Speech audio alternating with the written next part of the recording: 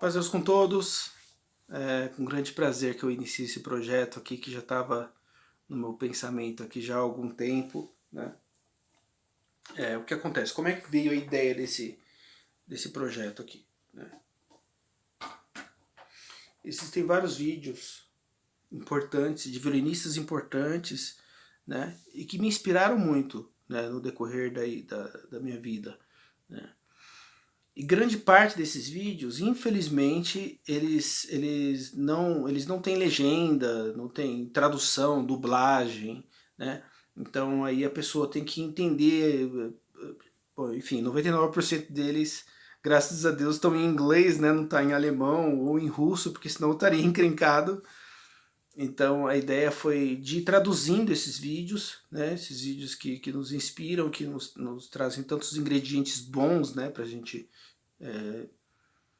estudar violino e mergulhar nesse universo do estudo de violino, enfim, diferentes técnicas, né, influência dessas diferentes técnicas de diferentes países que tiveram, que tem sobre a gente, como essas técnicas se difundiram, né, como é que funciona, por que a minha técnica é diferente da técnica, sei lá, alemã, que é diferente da russa, quais são essas diferenças, né?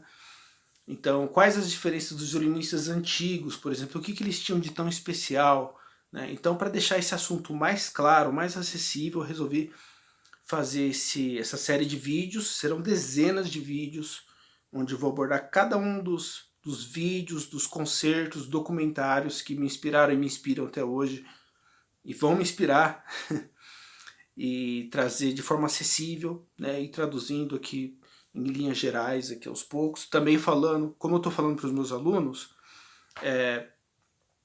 também falando a minha opinião, o que eu acho, qual o impacto que isso teve na minha vida, no meu estudo, né, e o que a gente pode estar aprendendo disso. Então, eu vou estar dando meu dedinho aí, minha opinião pessoal também, que eu acho que é importante para os meus alunos aí estarem escutando como aconteceu, como é que eu vejo as coisas, né? Como eu falei para você, serão dezenas de vídeos, né? E para a gente abordar cada assunto e ver cada concerto que realmente vale a pena e que ficou registrado. Só o primeiro vídeo, que é esse que eu vou gravar para vocês aqui, vai estar disponível no YouTube, tá? Quem quiser continuar assistindo esses vídeos, aí no caso são só os meus alunos, né? Então se você não é meu aluno, deseja se tornar aí um aluno, entre em contato comigo, né? Eu vou deixar meu contato aí nos comentários e também na descrição do vídeo, né? Quem não tocar violino, não tem como ser aluno, porque enfim, toca violoncelo, né? Piano, sei lá. Mas quiser acompanhar esse trabalho, quiser assistir por curiosidade, a gente pode, né? Eu não pensei sobre isso ainda, mas entre em contato que a gente pense em algum plano aí para que você possa estar acompanhando todo o trabalho árduo, mas vai valer muito a pena e eu posso garantir para vocês, né? Então, eu pensei num vídeo para começar, são tantos vídeos que a gente podia começar, né? Vídeos maravilhosos, mas esse vídeo da arte do violino, eu acho que foi o grande vídeo assim que, quando adolescente, assim, né, me inspirou, né? E ver todos aqueles violinistas antigos, ver o Pellman falando, comentando sobre eles, comentando sobre as diferenças desses violinistas, as diferenças das técnicas desses violinistas. Foi uma coisa que me inspirou e até hoje me inspira muito, né? E quero passar isso para vocês, tá? Se você quiser continuar acompanhando esse trabalho, então entre em contato e se torne um aluno que, além de trabalhar a questão violinística também, de vocês, vocês podem estar acompanhando esse trabalho na íntegra, tá bom? Ele vai estar, esses vídeos vão estar sendo arquivados no YouTube privado dos alunos, então é assim que vai funcionar, tá bom? Então vamos iniciar aqui o nosso primeiro vídeo, com o vídeo A Arte do Violino.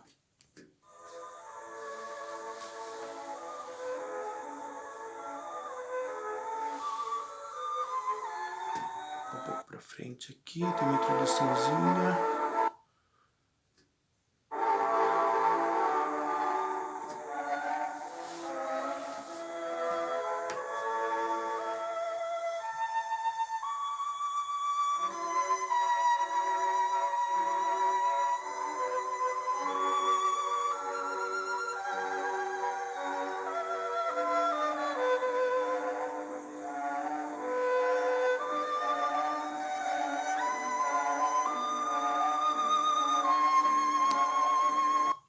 antes de continuar, só uma coisa.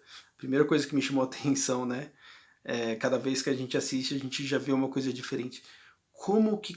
Bom, enfim, vocês vão ver que o documentário vai mostrar diversos tipos de violinistas, né? Principalmente os violinistas que foram os mais importantes antigos. E vocês notem a diferença dos vibratos para cada um deles. Como é diferente o vibrato do Menuhin, por exemplo, com o vibrato do Oistrakh, ou com o vibrato do Kreisler, ou do próprio Heifetz. Como é diferente o vibrato. Todos são belíssimos. Enfim, só falando brevemente sobre o Menuhin, ele foi um dos violinistas mais importantes, definitivamente, não só pelo aspecto técnico, mas para a história do violino. Ele foi considerado assim como o embaixador do violino. Ele foi a pessoa que levou o violino para muitos lugares. Ele tinha um lado meio místico dele, ele viveu um tempo na Índia, e enfim, conhecia políticos, e ele era uma pessoa muito influente. Talvez a pessoa mais influente desse mundo violinístico, né?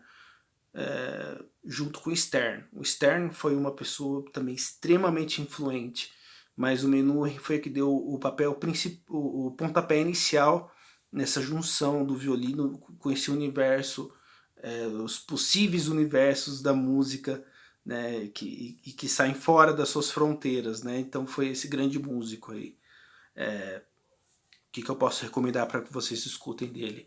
Vocês podem... É tanta coisa. Não escutem só coisas virtuosísticas, não, porque ele foi considerado o maior prodígio da história do violino. Apesar do Heifetz ter sido quem foi, na verdade o maior prodígio considerado foi o Menuhin. Né? Ele, com 8 anos de idade, sei lá, 7, 8 anos de idade, já viajava a Europa inteira dando concertos e fazendo turnês com a família, e enfim, ele já rodava o mundo, estudou com um grande violinista que se chamava George Enescu, né, um romeno, um grande violinista, arranjador, compositor. Então ele... Bom, podem escutar as sonatas e partitas de Bach com ele, que foi um choque por ser criança ainda e ter gravado aquilo. Eu não lembro que idade que ele gravou. Se alguém souber, pode escrever nos comentários aí, eu não me lembro. Mas eu lembro que era uma coisa do tipo 10 anos de idade, assim. Ele era extremamente novo. E gravar um repertório como as sonatas e partitas de Bach, que é o que existe de mais difícil no violino, né? Pela complexidade da música, não só da técnica, mas da música, né? E fazer o que ele fez. Ele parecia um velho tocando no corpo de uma criança, não, pela maturidade que ele chegou tão cedo, né? Enfim, escutem sonata para o violino solo de Bartók, por exemplo, que foi escrita para ele e pelo próprio Bartók. E, enfim, é isso aí, é esse violinista genial que vocês estão vendo aqui.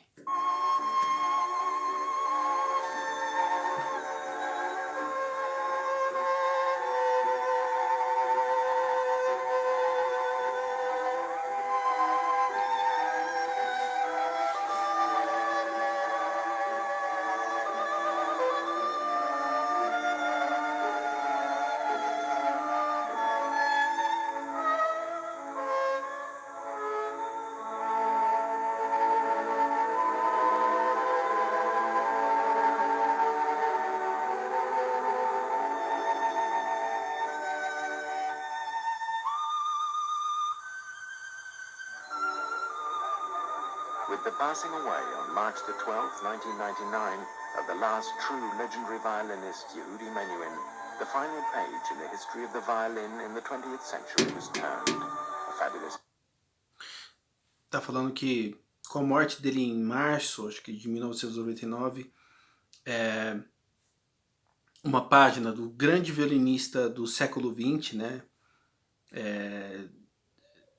Enfim, coloca como se fosse realmente uma assinatura, uma assinatura de ouro, né? Terminada aí essas são as minhas palavras, não foi o que ele falou, tá? Terminado aí o século XX com a morte desse grande violinista aí, que encerrou na história esse grande período do século XX para o violino, né? Which era came to a close.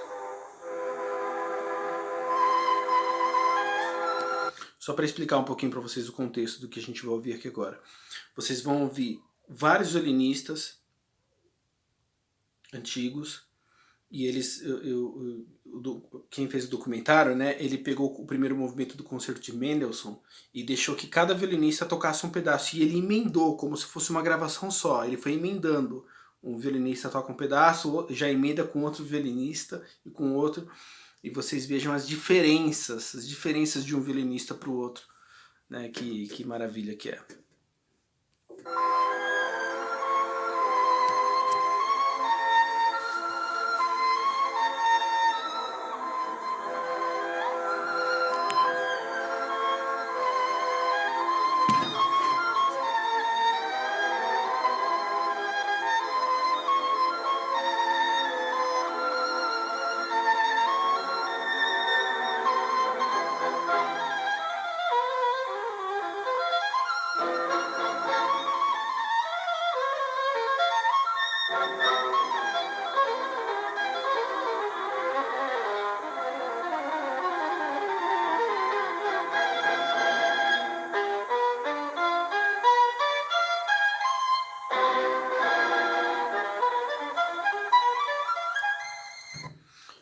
Então aí ele acaba a parte dele, aí o Pellman começa a fazer o primeiro comentário, né? Antes do grande violinista falar aqui, deixa eu falar um pouquinho aqui.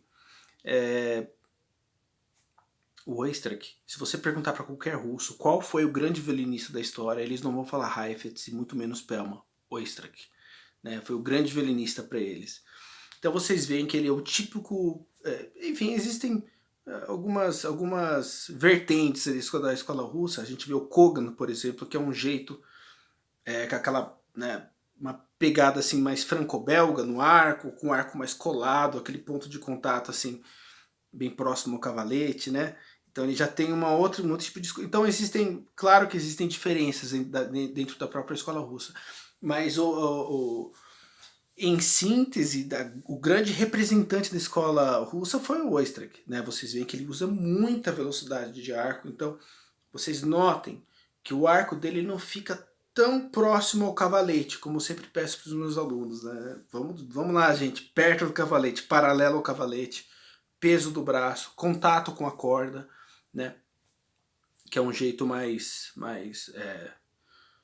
que é o que o Pellman, Zuckerman faz, esse jeito esse som um pouco mais judaico, né, vamos dizer assim. Apesar do Oistrakh também ser judeu russo, né, ele já seguiu essa linha, né, de bastante velocidade, então o arco dele fica um pouquinho mais longe do cavalete, usando muita velocidade de arco para que a corda vibre o máximo que ela pode, para que o som projete e reverbere dessa forma.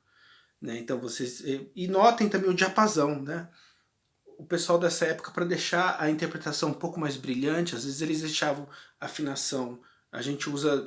na igreja a gente usa 4/4/0. Em orquestra, 4/4/2. Né? Então eles usavam... Tinha gente que usava 4/4/4, 4/4/6, 4/4/8, assim, aquela afinação explodindo, realmente meio tom mais alto, assim, né? E então vocês vão ver também que tem essa diferençazinha. Bom, vamos lá. If you compare violinists of today and violinists of, let's say, the 1920s, 30s, 40s and 50s, in my mind, or to my ear, I don't feel that one of them sounded like the other. I feel they were all individuals. Let's talk about Chrysler, Elman, Heifetz, Francescatti, Milstein, Menuhin, Oistrakh, Stern. Everybody sounded different. Então o que ele está falando é o seguinte. Se a gente pegar violinistas da década de 20, década de 30, 40, vocês vão ver que cada violinista soava diferente um do outro. Né? Cada um tinha a sua particularidade, tinha o seu próprio vibrato, tinha a sua forma de expressar, tinha a sua forma de um contato com a corda, né, diferente. E é uma coisa que, obviamente, o Pellman, por exemplo, aprecia bastante. Hoje em dia a gente tem, se você escutar esses violinistas famosos, mas de hoje em dia, você dificilmente vai saber, não, esse é o som de fulano, esse é o som de cicrano, porque é tudo muito parecido. Se criou uma forma meio que universal de um padrão para se tocar hoje em dia, e se você sai fora desse padrão, você tá na lista negra, né? Você não tá na você não tá entre, você não pode ter muita oportunidade, né?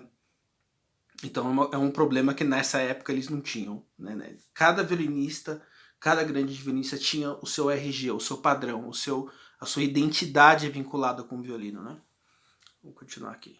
Esse é o Isaac Stern.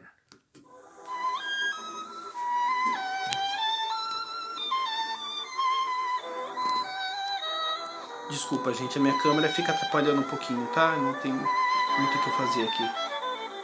Deixa eu deixar aqui.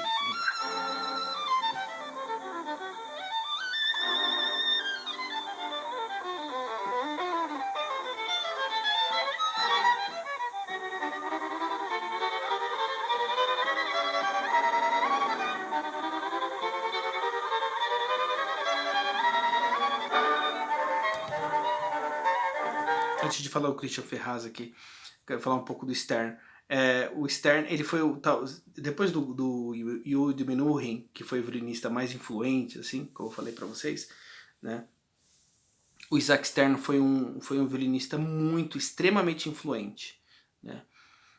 Para vocês terem uma ideia, o Carnegie Hall, que conhece uma das salas mais importantes de concerto do mundo, né? Teve uma época que estava totalmente falido ali e... só um minutinho. Bom, voltando aqui. Então, como eu estava dizendo para vocês, o Stern, nessa época, ele foi o grande incentivador, ele foi o motivador para que o Carnegie Hall pudesse ser reconstruído, ser reformado e ter se tornado nessa grande sala que é. Politicamente, ele foi o pivô para que tudo isso pudesse acontecer. Ele foi extremamente importante, né? Talvez o segundo violinista depois do Menuhin mais influente de toda a história do violino. Esse aqui é o Christian Ferraz. Agora a gente já está falando aqui da era francesa, né, de se tocar violino.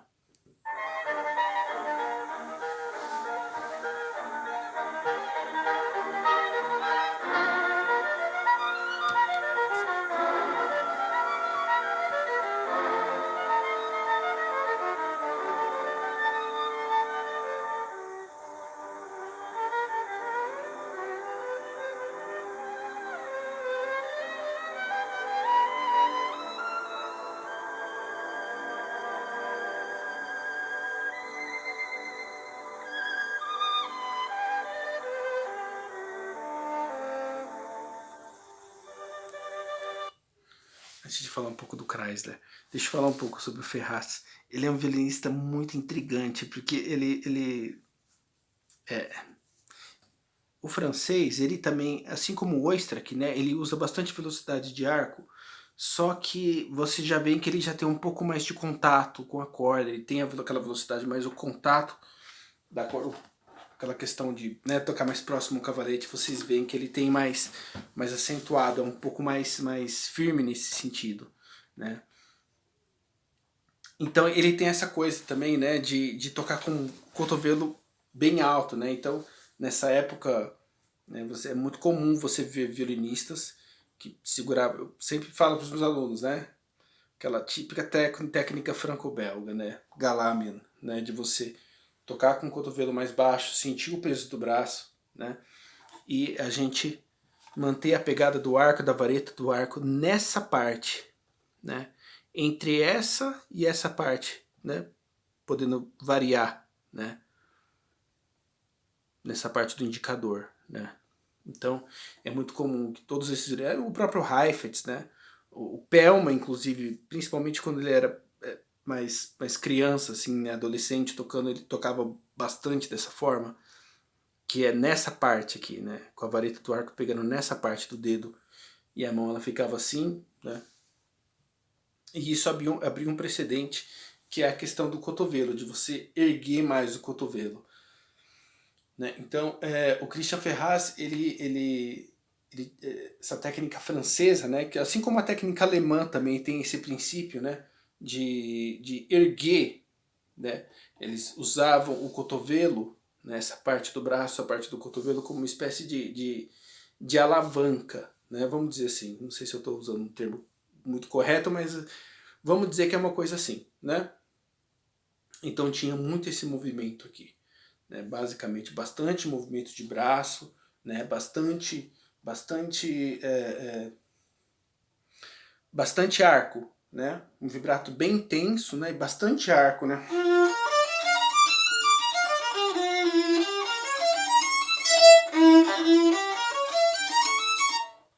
Desculpa.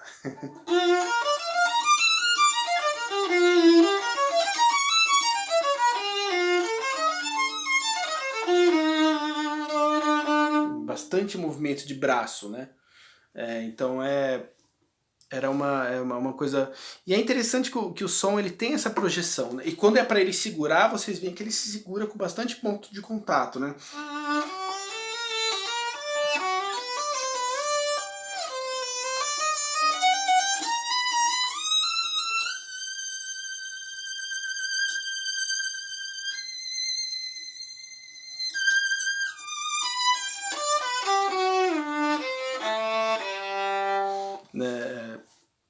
Um pouco difícil, desafiador de imitar um violinista assim, mas basicamente era isso, né?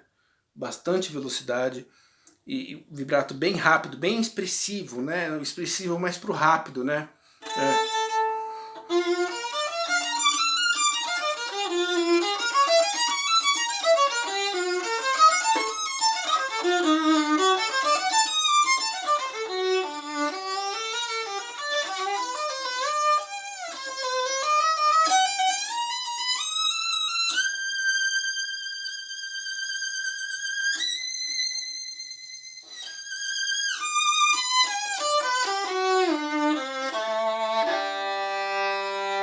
Tinha bastante velocidade de arco, mas o som colava bem na corda. Eu tô tocando de surdina porque aqui já tá de noite já, então não quero fazer muito barulho aqui. Mas é isso, é interessante esse tipo de som, né? Vibrato bem quente, né? Bastante braço, bastante velocidade, bastante contato com a corda.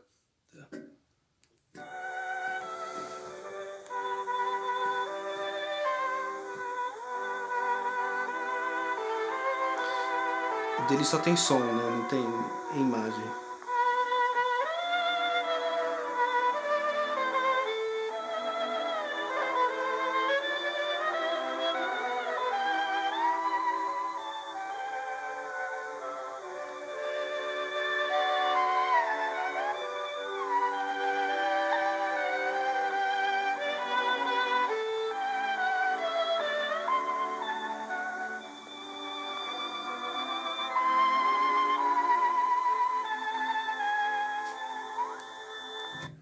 Antes de passar para o próximo violinista. O que me encanta muito no Kreisler, enfim, são muitas coisas, mas uma das coisas, além do vibrato dele que é maravilhoso, uma coisa que eu gosto muito é o jeito que ele faz os portatos, né? Por exemplo, você tem lá no Mendelssohn, né, uma nota de um tempo lá, as semínimas, né, com os pontinhos em cima e com a ligadura em cima, né? Então a gente tem essa articulação, né?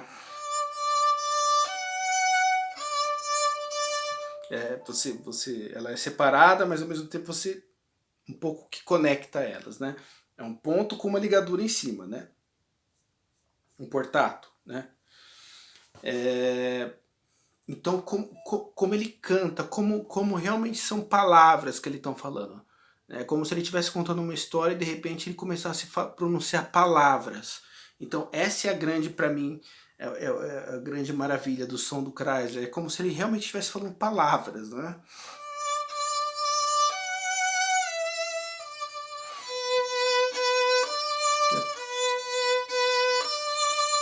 É complicado fazer, porque é tão perfeito, né? E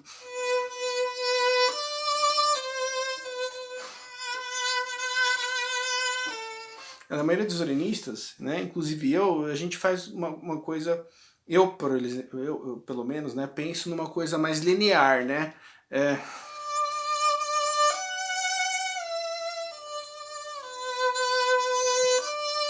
Eu separo, tararara, mas eu penso numa coisa um pouco mais linear. Ele consegue fazer de uma forma mais silábica, pam, pam, pam, pam, pronunciando mesmo, mas fica de um jeito como se estivesse falando mesmo o violino.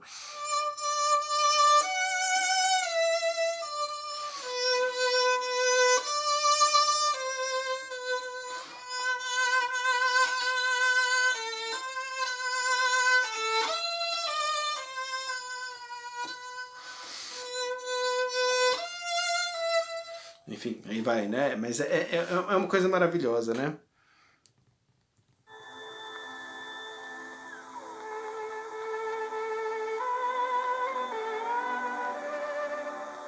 O jeito que ele mudou de posição é impressionante.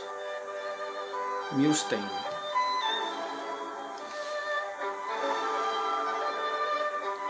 Também estudou com o Leopold Auer, que foi o mesmo professor que o Heifetz.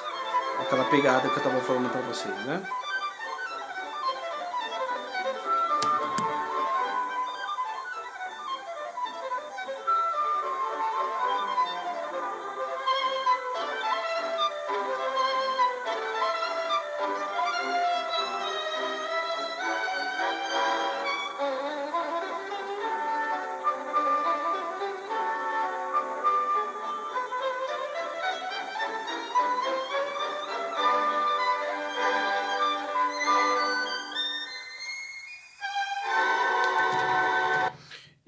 É interessante essa pegada, né?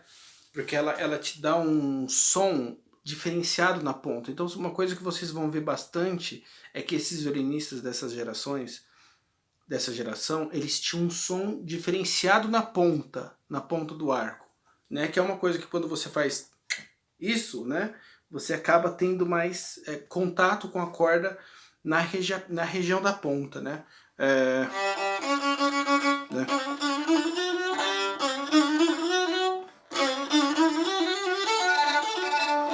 Né?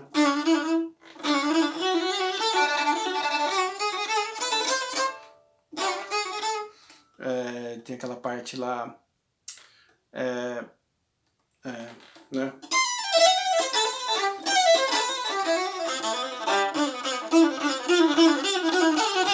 Né, que tem o som realmente cola na ponta, né? E hoje em dia tocar na ponta é um desafio, porque é meio que proibido, assim, você não faz parte do beautiful people, né? Tocar na ponta, né? Então dificilmente você vê violinistas fazendo coisas e frases inteiras e ter o arco bem aderente na região da ponta. Realmente é uma coisa para os violinistas dessa época.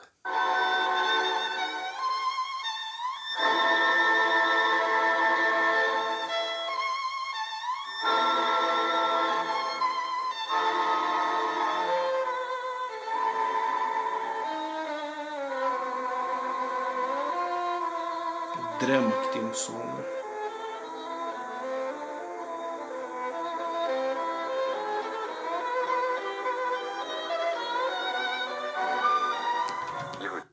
Antes do Gitlis falar aqui,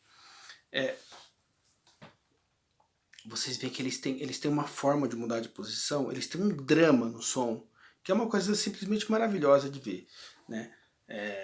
Porque assim, o Mendelssohn hoje em dia, para qualquer um que você for tocar, ele vai falar, porque Mendelssohn, sabe como é que é, né? Tava muito mais ali para música clássica do que para música romântica. Ele tem um estilo muito clássico, né? Tem umas línguas dizem até que ele era mais clássico que Beethoven, olha só, né? Então, porque não pode fazer isso, não pode mostrar mudança de posição, porque tem essa coisa de estilo, né? Você vai tocar um concerto de Mozart, por exemplo, você não pode usar um vibrato romântico, você não pode, o vibrato que se usa em Mozart é diferente, o jeito que muda de posição é diferente, né? Então eles querem classificar o Mendelssohn, para vocês terem uma ideia, nesse biotipo, né? Nesse tipo de estilo. E você vê que era totalmente diferente. O Mendelssohn é um concerto do período romântico, tem as estruturas clássicas, várias estruturas clássicas, mas mas essencialmente, né? Mas filosoficamente ele é um concerto do período romântico. Então você vê que eles têm muito drama no som, né?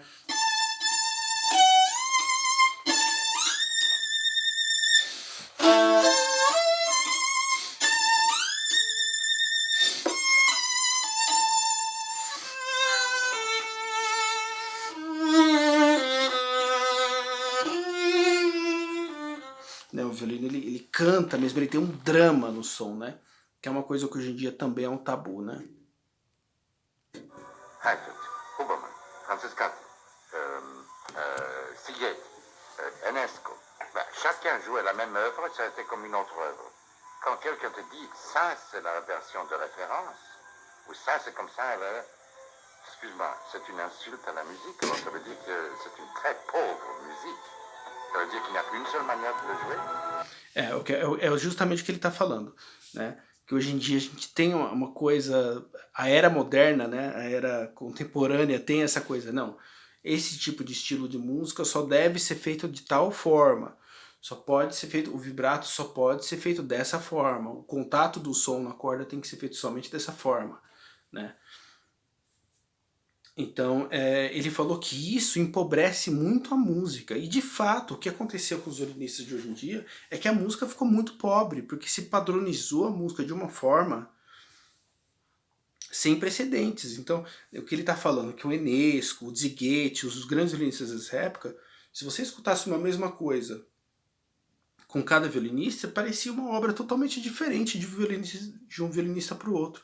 Por quê? Porque eles faziam questão de colocar a identidade deles na música. Você vê que o Chrysler, né? Quando ele tá tocando, agora é que me veio na cabeça, é aquela parte que o Chrysler toca, né? Você vê que ele coloca até apogiaturas ali no meio, né? Como é que era?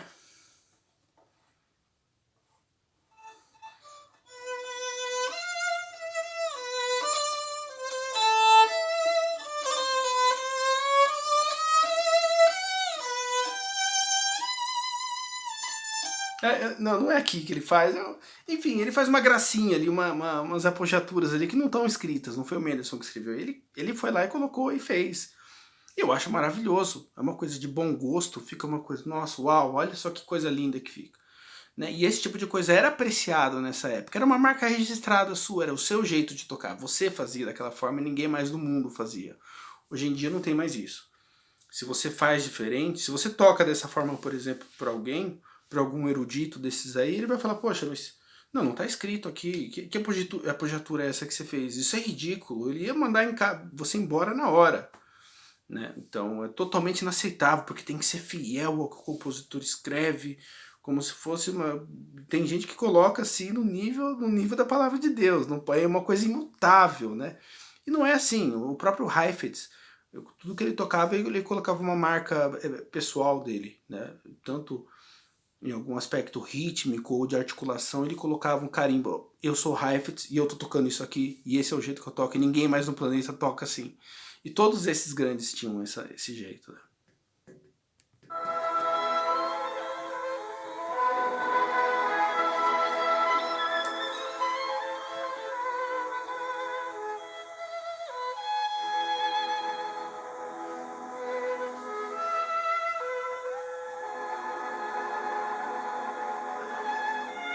Eles começam a repetir os violinistas do Menuhin, por exemplo, né? Tô tocando de novo. Ele tá bem velhinho aí, né? Realmente bem velhinho. Olhem por trás, não olhe muito pra aparecer, olhe por trás do som que ele tá tirando.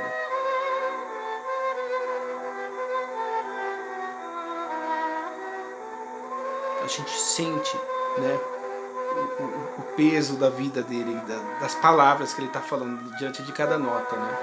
Aí é ele mesmo, só que bem mais novo, né? Cotovelo, né?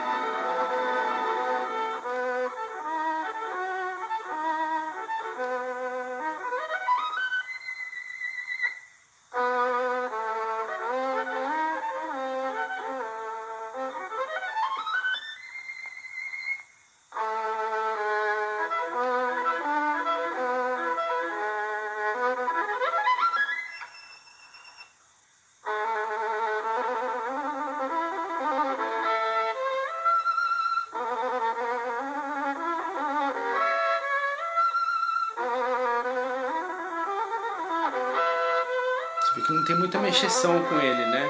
O violino parado, o arco movimento e ele aqui, ó, parado, né?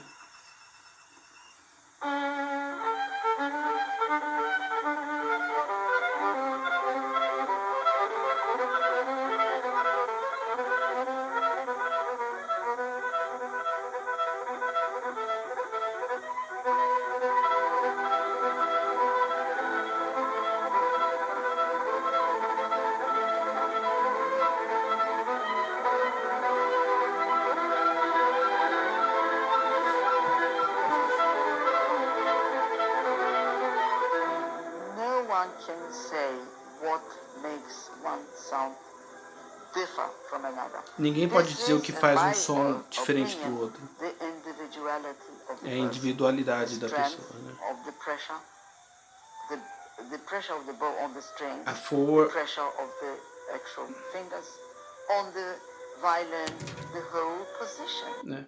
Ninguém pode dizer o que faz tão de diferente, né? Se é o jeito que pressiona a crina na corda, né?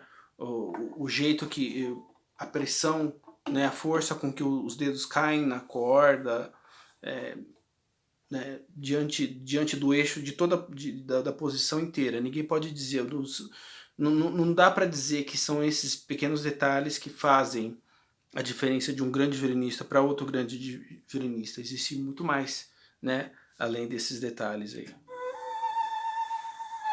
Esse é o Arthur Gomiot. Foi um grande violinista, muito influente também, influenciou muitas gerações, e ele foi professor da minha antiga professora, Elisa Fukuda. Ela estudou com ele.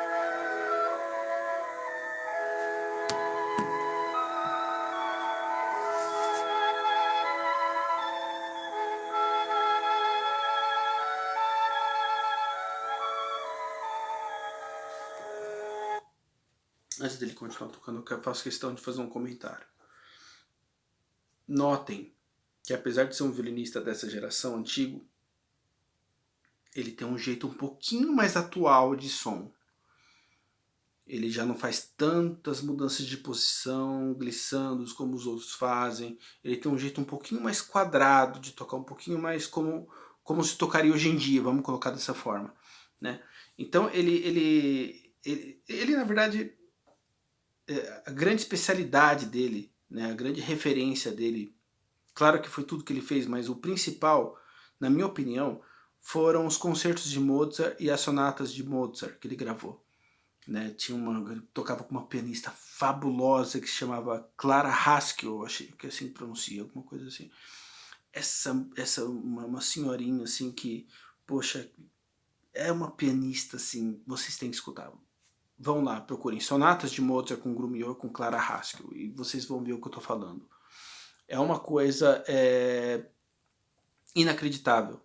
Opa, peraí que eu saí daqui. Então esse jeito mais contido, um pouco mais, vamos dizer quadrado, não é a palavra correta, mas só para vocês entenderem, né? Como se toca, um pouco mais parecido como se toca hoje em dia. Ele foi um jeito que casou bem ali com a proposta de Mozart, que é música clássica, que é do período clássico, que tem a proposta de música, né, a proposta um pouco diferente, a proposta de frase, de vibrato, de concepção sonora um pouco diferente dos concertos românticos. Então, pro estilo dele, na minha opinião, se encaixou perfeito, tanto que virou a maior referência de Mozart, uma das maiores referências de Mozart até hoje, né?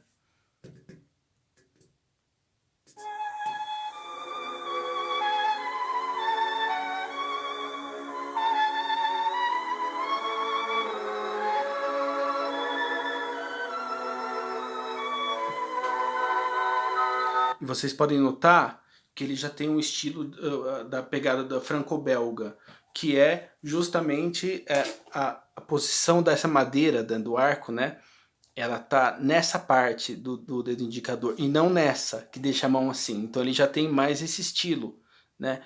E vocês veem também, que é uma coisa que faz parte da característica da técnica, né? Que os dedos são um pouco separados um do outro, né? O dele tá assim, né? Tá mais juntos, esses três mais juntos e esse aqui mais separado.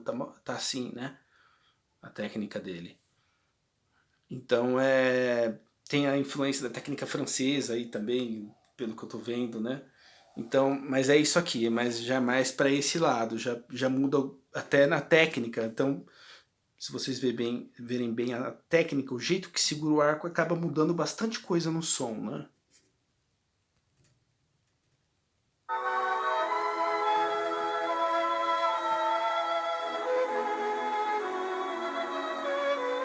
O braço dele já é mais baixo, o cotovelo já é mais baixo, né?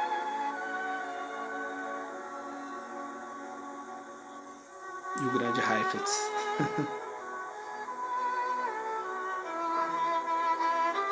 Ele tem uma coisa um pouco metálica e doce no som ao mesmo tempo.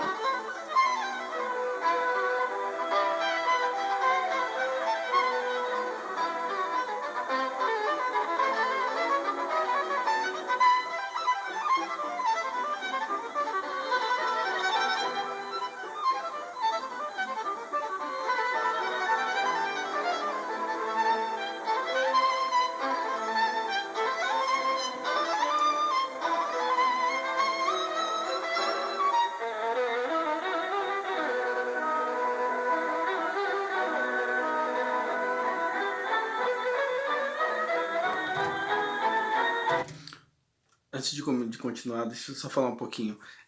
É um pouco difícil falar do Heifetz, né? O próprio Perlman vai falar do Heifetz aí, eu vou traduzir para vocês o que ele está falando.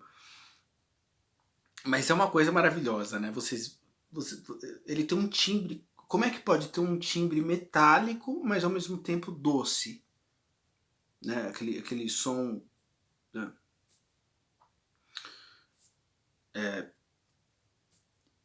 Ao mesmo tempo que ele tem bastante velocidade de arco, que é uma característica russa, ele também tem aquela coisa do som judeu, que é aquele som grudado, aquele som da corda, aquele som sofrido, bastante pontos de contato, né?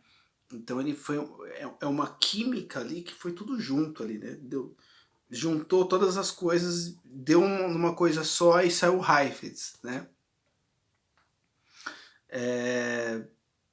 E você vê que ele usa mais recursos, por exemplo, que o Galamé usava bastante, falava muito, até hoje o Zuckerman fala sobre isso bastante, né? O Perlman, que é da escola que eu venho, que é aquela questão do... Bom, o Heifetz era amigo do Galamé, então muitas coisas ele falava para o Galamé. O filho do Heifetz estudou com Galamé, para vocês terem uma ideia do laço de amizade deles. Então, que é aquela coisa do catch, né? Quando você morde a corda para iniciar, né?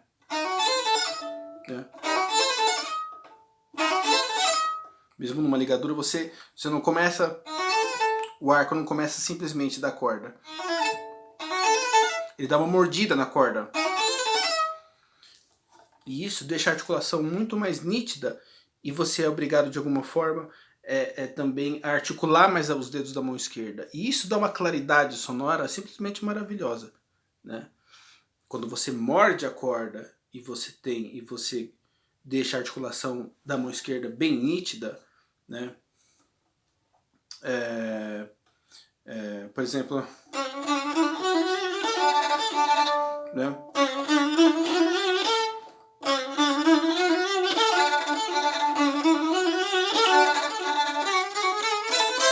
Você morde e você articula a mão esquerda,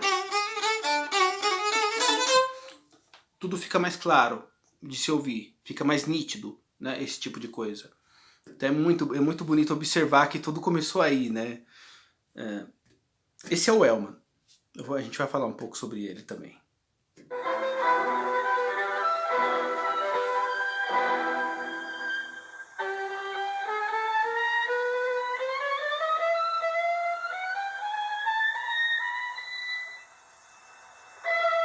Olha como ele cria, olha o drama no som dele.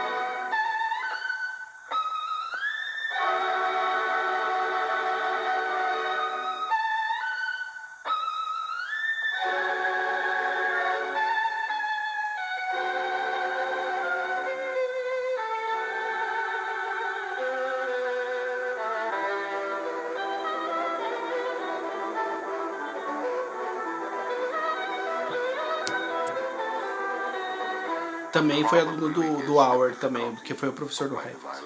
It's very, very difficult. It's very difficult, and you can tell the difficulty because